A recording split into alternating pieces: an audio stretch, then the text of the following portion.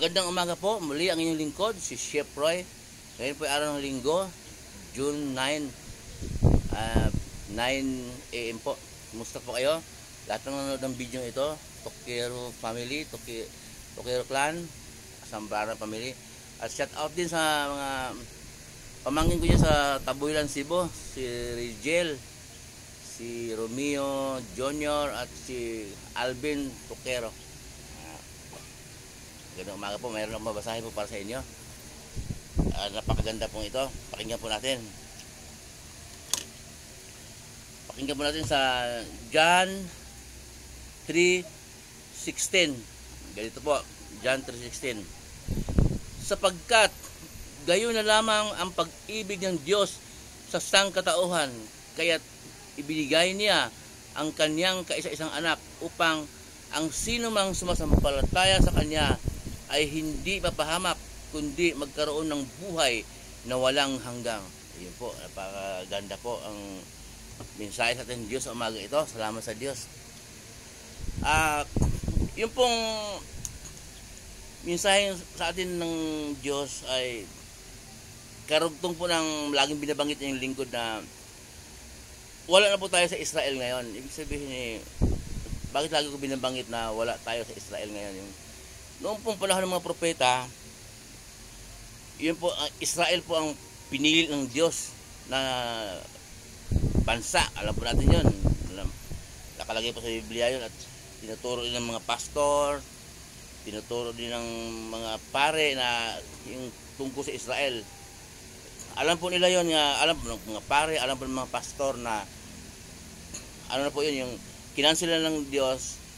Ang pagsunod po sa kalooban ng Diyos ay mayroong time limit po yung wala na kasi nga pinalitan ng Diyos kasi nga hindi po nangyari ang gusto ng Diyos na ang gusto po siya ng Diyos ilikha ng Diyos ng tao upang mamuhay sa daigdig ng mga tao para sumunod sa kanyang kalooban, sumunod sa kanyang palatuntunin, at pag namatay ang tao kasama niya sa langit. Yun ang gusto ng Diyos. Nakipagkasundo ang Diyos sa nakita ng Diyos na mga tao makasalanan, kaya nakipagkasundo po siya kay Abraham. Okay?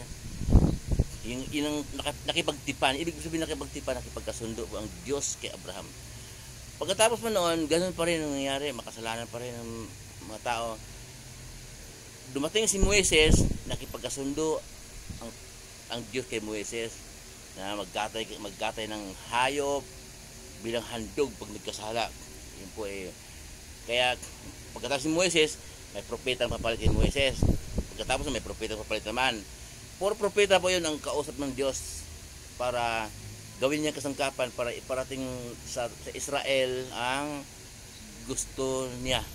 Yung pagka nagkasala kayo, maghandog kayo ng ganito. Pero paulit-ulit po. Pag mayaman ka, marami kang panghandog, kaya sasadyain mo magkasala. Kasi marami pang handog, baka magkantay ka ng turo. O, di ba? Kung mahirap, walang panghandog. Kaya ulit-ulit po yun, walang isa man na nakasunod sa kalooban ng Diyos. Kahit isa, wala. Kahit sa panahon natin, walang naghahanap ng Diyos. Kaya gayon na lamang ang pag-ibig ng Diyos sa sangkatauhan. Binasa na yung lingkod, pinadala na ang kanyang anak na ating Panginoong Hesus. Kung sino mang sumasampalataya ay hindi mapahamak kundi magkaroon ng buhay na walang hanggan. Okay? Kaya wala na po yun. Wala na po yung batas ng Diyos na sa Israel na pinagkaloob niya kay Moises. Kaya po wala na po. Nakakristo na tayo ngayon, Kristiyano na tayo ngayon, sabi ng ibang, Chef Roy, bakit nagbabasa ka ng old?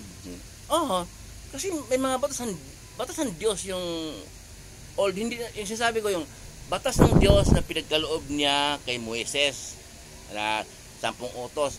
Kasi nga po ang 10 utos kulang. 10 utos lang ba talaga? Hindi, ang dami nating pagkakasala na wala 10 utos.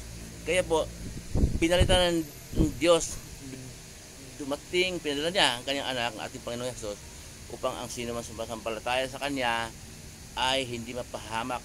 Kaya po, sa nanonood ng video ito, Tokero Clan, mga Tokero Family, Sambrana Family, huwag po tayong maligaw ha. Ang turo ni Hesus, ang turo ni Jesus ang ating susundin. Inulit-ulit po ng lingkod na nang muling mabuhay ating Panginoong Jesus, sinabi niya sa kanyang alagad na kung paano ako isinugo ng aking ama, gayon din isinugo ko kayo. Ay nung umakyat ng ating Panginoong Jesus sa langit, nagsimulang magturo ang kanyang mga alagad. Si Juan, si Pedro, si Santiago. Pagkatapos, isinulat nila kasi mamamatay sila eh. Hindi naman pwedeng hanggang buhay pa sila. Tagal na yun. Kaya isinulat nila, ang Diyos naman ay nagkaloob ng banal na espiritu sa tao, hindi lahat ng tao, para maunawaan ang salita niya at maituro din. Kaya andito po ngayon ang Bible. Ito po ang batayan po sa ating araw-araw na pamumuhay. Turo po ni Jesus, huwag po tayong maguguluhan. Turo ni Jesus ang ating pamumuhay araw-araw. Kung ano man yon, huwag po tayong maguguluhan. Kung lagi po sinasabi ng lingkod na sinasabi ni Pablo na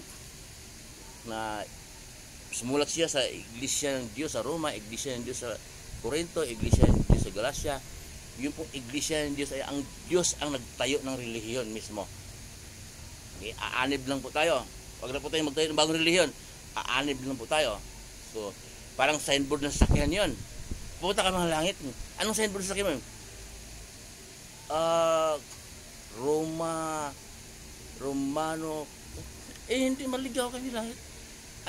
Pupunta ka ba ng langit? Anong signboard sa sasakyan mo? Iglesia ng Diyos. Yun. Papunta doon yun dahil yung Diyos ang nagtayo eh. Papunta ka ng Cebu ay signboard ng sasakyan mo ibang lugar, Davao o ano, pupunta ka ng Ormoc, ang sasakyan mo Iloilo, di ba, ligaw ka talaga.